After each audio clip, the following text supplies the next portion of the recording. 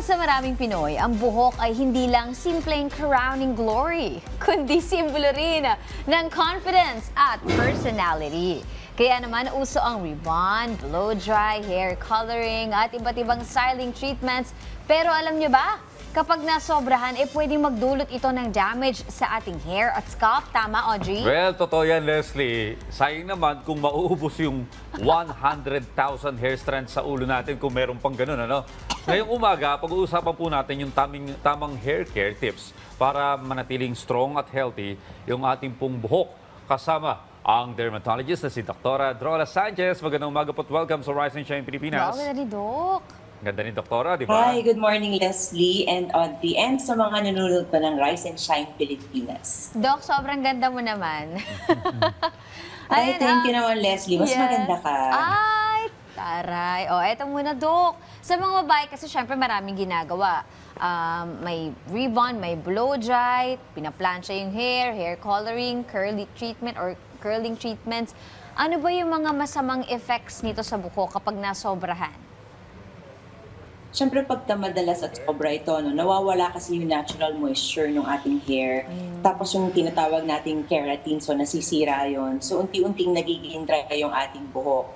Tapos siyempre mas nagiging brittle siya, mas madali itong maputol. And lumalabas siyempre after natin let's say mag-blow dry, mapapansin mo, mas may mga tikwas siya or may mga frizz siya bago ka mag-ayos.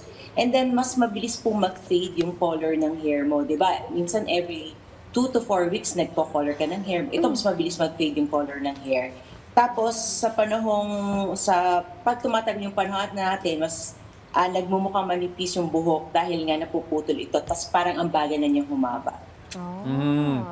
Well, Doktora, kadalasan yung mga kagaya ng trabaho natin na humaharap sa tao, kailangan natin lagi nakaayos yung buhok natin, gumagamit tayo ng wax, ng gel at kung ano-ano pa. So, paano naman yung mga hairspray at wax na ginagamit sa hairstyling? Safe po ba ito kung madalas natin gamitin? O may epekto rin? Yeah, actually safe naman talaga to. Ang problem lang natin is pag matagal itong nasa hair, nagkakaroon kasi tayo ng product build-up. So, minsan nagbabara dun sa ating scalp. So, nagkakaroon po ng inflammation yon or pwedeng folliculitis. Tapos, nagkakaroon ng dryness dun sa ating hair and sa scalp, tapos nagkakaroon po ng dandruff. And in return, nagkakaroon po ito ng maraming hair fall or eventually nagiging hair loss ito. Ayun. Dok, kasi may mga nagsasabi kapag everyday ka nagsha-shampoo, masama, dapat daw every other day or like conditioner lang yung gagamitin mo. Ano ba talaga yung dapat gawin? Kasi parang may tinatawag din po ng mga low porosity, high porosity hair. So parang iba-iba din dapat parang ng pagkikare sa hair. So ano ba yung tama? So, pag sinabi natin kasing low porosity, ito yung mga hair natin shaft na talaga nasira na. So, mas mabilis itong mag-absorb ng moisture, mas mabilis din itong magtanggal ng moisture. So, in return, nagkakaroon ito ng dryness and brittleness. So, depende po kasi yung pag-shampoo ng hair, depende sa lugar, depende dun kung very oily ba yung hair mo. Lalo dito sa Pilipinas, sa akin, okay po talagang shampoo ng scalp, using a mild shampoo every day kung talaga napawisan ka or sobrang maraming alikabok. But kung sakasakali naman na very dry yung hair mo, hindi ka naman lumalabas, pwede pong every other day po yung pag-shampoo ng hair and make sure yung conditioner po is mid-length people, from here to here. Huwag niyo pong ilalagay sa scalp kasi pwede pong magbara din sa scalp and syempre mag-cause ng hair fall. Well, ang mga Pilipina, ganun, Napansin ko lang na everyday talaga naglilinis ng buhok. Minsan, twice a day pa nga, Oo, Kasi may mga napansin akong ibang lahi, buwanan kung maglinis ng buhok. So, hindi pangkaraniwan sa atin yan. Pero ito, Doktora, of course, mayroong case ng hereditary na namamana talaga yung maagang nakakalbo. Pero ano po ba yung mga early signs na dapat bantayan para masabing nagsisimula na yung hair thinning o yung pagnipis ng buhok? So, mapapansin mo dyan, sa pilo mo, pag tayo mo, may mga hair ka nakikita maliliit. Tapos, napapansin mo din yung volume ng hair mo, unti-unti itong numinipis. So, minsan yung iba gumagamit pa ng volumizer para magkaroon ng volume. Tapos, syempre, mas nakikita mo yung anit, yung shine na tinatawag natin, lalo doon sa part ng line. Tapos, syempre, pag halimbawa yung mga girls naka-ponytail sila, mas kitang-kita mo talaga yung scalp at saka naging manipis. Tapos, mas mabagal po yung tubo ng hair, tapos ang super bagal niyang humaba, tapos lagi siya napuputol. Ayun.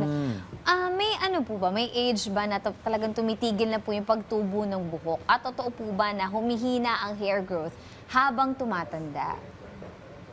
Yes, sadly, oo, Sad. totoo po yun. Habang tumatanda, mas po nagbabago yung ating hair growth cycle. So, bumabagal yung pagtubo ng hair natin, mas maikli na yung growth phase, yung tinatawag na anagen. Tapos, mas mahaba po yung resting phase, ito yung telogen. So, mas mapapansin mo po, mas manipis ang pagtubo ng buhok. Pero hindi humihinto ang pagtubo ng buhok natin. So, akala natin tumitigil yung pagtubo ng hair. Actually, humihina lang po ito. So, kailangan po tamang hair care, healthy lifestyle, and treatments din po. Pwede rin po itong mapanatiling malusog at saka mas makapal.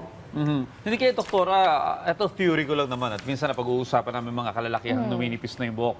Hindi kaya may kulang lang na minerals sa katawan like magnesium or biotin or kasi may mga kilala ko nag-take ng collagen, bumilis yung paghaba ng kanilang buhok eh. Siyempre, oo, marami talagang odding factors na doon. Yung kulang sa nutrients like yung iron, yung protein, yung zinc, and vitamin D, talagang mapapansin mo, mas manipis yung hair. Kaya lang, pero if meron kang genetic factors, hereditary to, mapapansin mo dun sa lolo, dun sa tatay, sa mga kuya, nagkakaroon to ng tinatawag na androgenic alopecia or yung male or female pattern hair loss. So, depende po talaga yun. Minsan may hormonal changes tayo, lalo sa kababaihan. Especially kung may PCOS yan. Tapos, halimbawa, magme-menopause na. And yun pong talagang stress na tinatawag natin, pwede rin po talagang mag-cause yan ng hair fall at saka hair thinning. So, Doc, paano yun? Ano yung mga hair treatments na pwedeng ipagawa? Lalo na dun sa may mga, alam mo yun, namana na yung pagiging manipis talaga ng hair. Ano ba yung pwede nilang gawin? Or meron pa ba silang pwedeng gawin para maiwasan pa yon kahit pa hereditary yun? Kung hereditary naman, hindi na talaga natin maiiwasan. Aray. Talagang, ilagay talaga natin dun sa hair natin, hindi siya talaga tutubo kasi it's hereditary. But Okay. we have clinics, like dito po sa clinic namin, meron tayong treatments na pwedeng mag-produce ng another hair or yung iba naman po Okay. nagpapa-hair implant. Pero kung gusto niyo po simula pa lang mag-start, make sure you have this good balanced diet. Meron kang mga supplements for your hair. Okay. And dapat po maaga po matulog yan. Kasi minsan yung kulang sa tulog, nagko-cross din po ng stress yan. Ayun pala yun. And meron din po tayong, Nako. meron din tayo kasing mga olive oil na pwedeng ilagay sa hair natin or rosemary oil or coconut oil. We can apply it once a week. Ililive lang po natin siya for mga 30 minutes to 1 hour and then i-rinse na po natin. So yun Ayun. makakatulong po yun sa hair growth. Okay, bilang panghuli, ayoko pang palagpasin Yung mga tong... supplements. Gusto ko malaman, 2026 na ngayon, doktora, may iba pa bang makabagong paraan bukod sa hair transplant at yung mga nakikita nating surgery para may save mo yung buhok mo at magkaroon ka uli ng malagong buhok? Baka may iba nga bago ng technology. So mga bagong technology po, meron na rin po sa mga clinics ngayon na available, no? Not necessarily magpapa-hair transplant ka. Meron po kasing mga hair injectors na tinatawag natin or mga exosomes na ginagamit natin Ayun, to inject exosomes. sa scalp para po tumubo yung hair. Isa po yun sa makabago, and meron din po mga light therapy na nilalagay sa hair para mas mabilis po ito mag-growth. Especially the red, yung PDT na light, para mawala yung inflammation, and it can actually help your hair grow po. Ayun, for the supplements naman, para medyo mas mura-mura. Kasi syempre, baka medyo mamahalin yung mga treatments na available eh. Meron ba silang pwedeng i-take? Ano-ano ba yung mga vitamins na dapat nilang sinasama sa kanilang routine? Yan, sa diet po, make sure you add protein. Kailangan may protina po yung inyong kinakain. Protein. So sometimes it's good din pa rin po to eat like red meat, white meat, or fish. So kung sa supplements natin, mas maganda po if you will be taking iron supplements, zinc, and vitamin D. Kasi yan po talaga yung Vitamin makakatulong D. for hair growth. Okay. Kahit pa paano, nagkaroon ng pag-aasa yung mga numinipis na ang buhok ng kagaya ko. Maraming salamat sa mga payo mo, Dr. Drola Sanchez. Thank you, Doc.